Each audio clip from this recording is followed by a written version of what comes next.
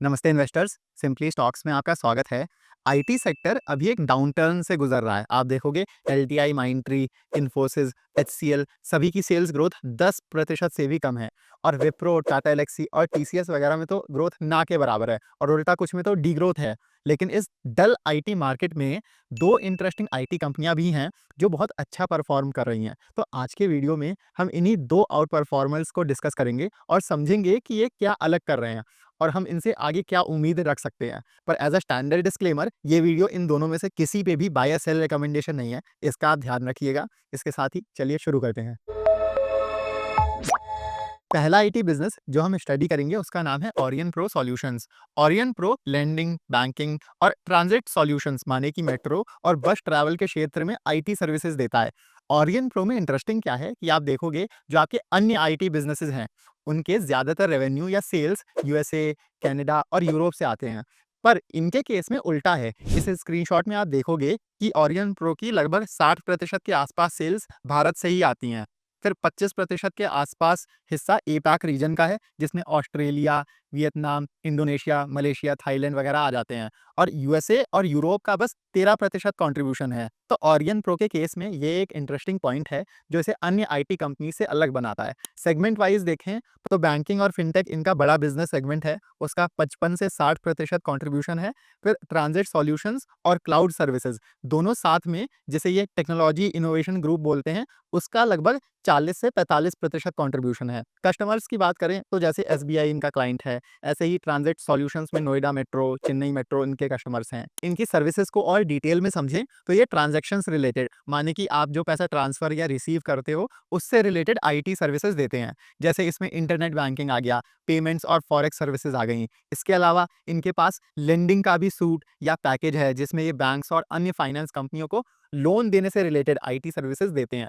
और अंत में इनके ट्रांजिट सॉल्यूशंस सेगमेंट की बात करें तो अगर आपने कभी मेट्रो से ट्रैवल किया होगा तो आपने ये ऐसे एंट्री एग्जिट गेट्स देखे होंगे, तो ये उनका टेक हैंडल करते हैं। ऐसे ही रूट्स यानी कि जो मैप या रास्ता होता है, फेयर कलेक्शन माने कि किराया या टोकन लगता है, उससे जुड़ी आईटी सर्विसेज भी देते हैं। तो ये सब मेट्रो में तो होता ही है, इसके अलावा आजकल की बसेस में भी ये ऑटोमेटेड सिस्टम्स चलने लगे हैं, तो वहां पे भी ये अपनी सेवाएं देते हैं। अब हम इनके रिजल्ट्स देख लेते हैं। Q1 माने कि अप्रैल से जून के महीनों में ओरियन प्रो की सेल्स पिछले साल से बढ़िया 29% बढ़ी हैं। ये बाकी आईटी कंपनियों के कंपैरिजन में बहुत अच्छे रिजल्ट्स हैं। यहाँ लिखा नहीं है पर इनकी ऑर्डर बुक में भी अच्छी 40% की ग्रोथ आई है।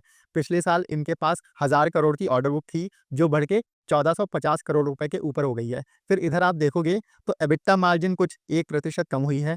ऐसे ही नेट प्रॉफिट मार्जिन में भी 2% का डिक्लाइन देखने को मिला है। नेट प्रॉफिट मार्जिन 17% से 15% हो गई है। इसलिए आप देखेंगे कि भले सेल्स ग्रोथ 29% है पर प्रॉफिट ग्रोथ 14% होके रह गई है। इसके पीछे का कारण क्या है कि इन्होंने हाल ही में पेरिस में एक कंपनी खरीदी है, तो इससे शॉर्ट टर्म में मार्जिन्स पर प्रेशर रहेगा।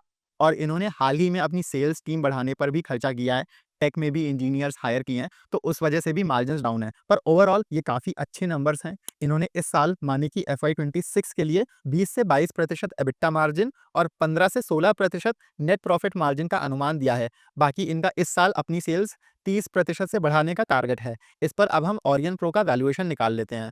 तो आप इस स्क्रीनशॉट में देखेंगे कि इनकी सेल्स पिछले साल 1170 करोड़ रही हैं और इनका गाइडेंस है कि इसे 30% बढ़ा के 1500 करोड़ के ऊपर ले जाएं। हालांकि इन्होंने 20 से 22% एबिटा मार्जिन और 15 से 16% नेट प्रॉफिट मार्जिन की रेंज बताई है, पर हम थोड़ा कंजर्वेटिव रहते हैं। अपने एनालिसिस के लिए हमने 20% एबिटा और 15% नेट प्रॉफिट मार्जिन का अनुमान लिया है। तो ऐसे में इनका इस साल का अंदाजन मुनाफा 230 करोड़ के आसपास बनता है, जो पिछले साल से आपकी 20 से 22% की ग्रोथ होगी। तो भले ओरियन प्रो अभी 36 से 37 के पीई पर ट्रेड कर रहा है, पर इस साल के अंदाजन मुनाफे पर इनका 1 ईयर फॉरवर्ड पीई 30 से 31 बनता है। ये काफी अच्छा वैल्यूएशन है किसी 30% के रेट से ग्रो कर रहे बिजनेस के लिए, खासकर जब पूरे सेक्टर में डाउनटर्न हो। और फिर FY27 यानी कि अगले साल से मार्जिन एक्सपेंशन का भी स्कोप रहेगा। तो ओरियन प्रो एक अच्छा तेज ग्रो कर रहा बिजनेस है, आईटी बिजनेस है, जिसे आप खुद से एक बारी स्टडी कर सकते हैं अगर आप आईटी बिजनेसेस में इंटरेस्टेड हैं। अब यहाँ मैं आपके बस 2 मिनट लेकर आपको सिंपली स्टॉक्स की इक्विटी रिसर्च कम्युनिटी के बारे में बताना चाहता हूँ। आज की डेट में मार्केट में 4 से 5,000 लिस्टेड कंपनियां हैं, पर at any point of time उनमें से मुश्किल से 150 से 200 बिजनेसेस होते हैं जिनमें अच्छी ग्रोथ आ रही होती है, या वो अंडर वैल्यू चल रहे होते हैं।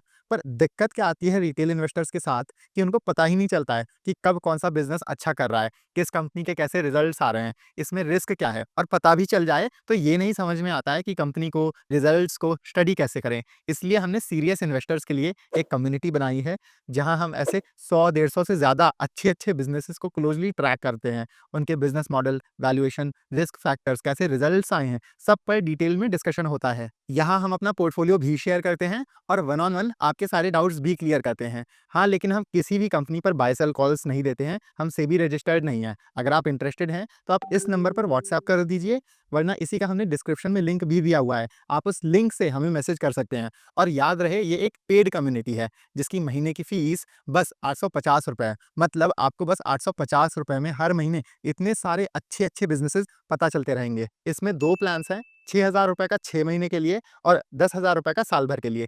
6 महीने वाले प्लान में आपका महीने का रेट ₹1000 पड़ेगा और साल भर वाले में आपको मंथली रेट बस ₹850 पड़ेगा। अगर आप इंटरेस्टेड हैं, तो आप नीचे दिए हुए लिंक से हमें कॉन्टैक्ट करके ये कम्युनिटी जॉइन कर सकते हैं। वापस से अपने डिस्कशन पर आते हैं। तो अगला आईटी बिज़नेस जो हम स्टडी करेंगे वो है कोफोर्ज। इनकी 54 से 55% के आसपास सेल्स यूएसए, कनाडा वगैरह से आती हैं और सिर्फ 35% कंट्रीब्यूशन यूरोप, मिडल ईस्ट और अफ्रीका का है। इसमें ये मेनली बैंकिंग और financial services, insurance, travel, transportation और होटल सेक्टर्स को केटर करते हैं।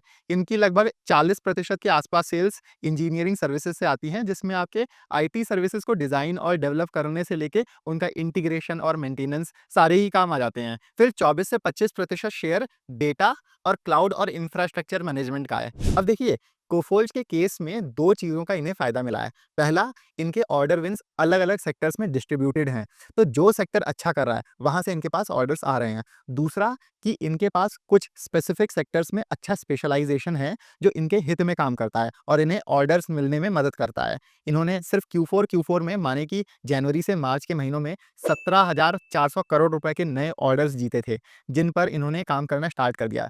इसमें 4-5 काफ़ी बड़े ऑर्डर्स थे, जिसमें एक सावरे करके एक मशहूर कंपनी है, उससे भी इन्हें ऑर्डर मिला है। आप यहाँ पे ऐसे देखो कि FY25 में, माने कि पिछले साल इनकी सेल्स ही थी 12,000 करोड़ के आसपास।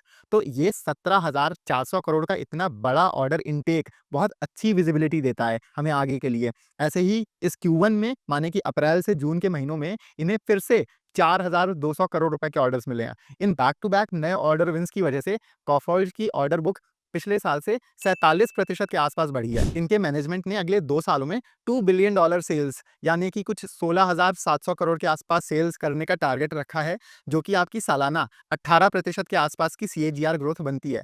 पर आप खुद देख रहे होंगे कि इनकी ऑर्डर बुक कितनी तेजी से ग्रो कर रही है। तो मुझे उम्मीद है कि ये आराम से 18-20% के ऊपर की सेल्स ग्रोथ कर ले जाएँगे और इनका मैनेजमेंट भी काफ़ी कॉन्फिडेंट लगता है। अगर आप इनकी कॉन्फ्रेंस कॉल सुनोगे, तो आपको खुद अंदाज़ा लगेगा कि इनका मैनेजमेंट अभी काफ़ी बुलिश है। जैसे पिछले साल इनकी सेल्स ग्रोथ 34% थी। अगर हम सिर्फ Q1 को देखें, तो इसमें भी इनकी सेल्स काफ़ी अच्छी 56.5% बढ़ी हैं पिछले साल से। इन्होंने सिग्निटी टेक्नोलॉजीज़ के नेम से एक स्मॉल कैप आईटी कंपनी है, उसे खरीदा है। तो इस वजह से आपको ये 56.5% सेल्स ग्रोथ ज़्यादा लग रही है। पर अगर हम उसे हटा भी दें, तो भी कोफोर्ज के बहुत अच्छे नंबर्स हैं। यहाँ आप देखेंगे इनकी ऑर्डर बुक भी पिछले साल 1052 करोड़ थी, जो 47% ग्रो करके कुछ 1545 करोड़ रुपए हो गई है। यहाँ लिखा नहीं है, पर प्रॉफिट बिफोर टैक्स इनका पिछले साल से बढ़िया 57% ग्रो किया है। और हम लोग यहाँ पे ना इनका प्रॉफिट बिफोर टैक्स देखेंगे, प्रॉफिट आफ्टर टैक्स नहीं देखेंगे, क्योंकि इस साल थोड़ा टैक्स ट्रीटमेंट इनका डिफरेंट रहा है, तो आपको पैट ग्रोथ ज़्यादा लगेगी। तो कई बार ये छोटे-छोटे एडजस्टमेंट्स करने पड़ते हैं कंपनीज़ को स्टडी करते वक़्त, सिर्फ स्क्रीनर देख के आप नहीं डिसाइड कर सकते हो। तो कोफोर्ज भी आईटी सेक्टर में एक बहुत अच्छा तेज़ ग्रो कर रहा बिज़नेस है, जिसे आप खुद से स्टडी कर सकते हो। पर इसका वैल्यूएशन आपको थोड़ा प्रीमियम लगेगा। ये अभी बिज़नेस 60 के पीई पर ट्रेड कर रहा है। अगर आप इनका फॉरवर्ड पीई निकालेंगे ना, तो ये बिज़नेस अभी 40 से 45 के पीई पर है। इसे आप डायरेक्टली ओरियन प्रो के पीई से मत कंपेयर करिएगा, क्योंकि कारण क्या है, पहला, इनकी ग्रोथ ज़्यादा है और दूसरा, कोफोर्ज आपका ओरियन प्रो से बड़ा भी तो है साइज़ में। ये मिड कैप स्टॉक है, ओरियन प्रो आपका स्मॉल कैप स्टॉक है। मार्केट क्या करता है, साइज़ और ग्रोथ दोनों का प्रीमियम देता है। इस वजह से कोफोर्ज का PE on a general basis Orion pro से ज़्यादा ही रहेगा, बट फिर भी दोनों ही बिज़नेसेस बहुत अच्छे हैं। आपको जो ठीक लगे, आप उसे स्टडी कर सकते हो। अब अगर आपको ये वीडियो पसंद आई है, तो इसे लाइक ज़रूर करिएगा। ये वीडियोज़ बनाने में काफ़ी समय और मेहनत लगती है। आप सपोर्ट करेंगे तो हम आपके लिए ऐसी और वीडियोज़ ला पाएँगे फ्री में। साथ में आप हमारे चैनल सिंपली टॉक्स को भी सब्सक्राइब कर सकते हैं। इससे आपको सारी नई वीडियोज़ के अपडेट्स आसानी से और टाइम पे मिलते रहेंगे। तो आप इस वीडियो को लाइक और चैनल को सब्सक्राइब ज़रूर करिएगा। मिलते हैं हम आपसे अगले वीडियो में। Happy investing.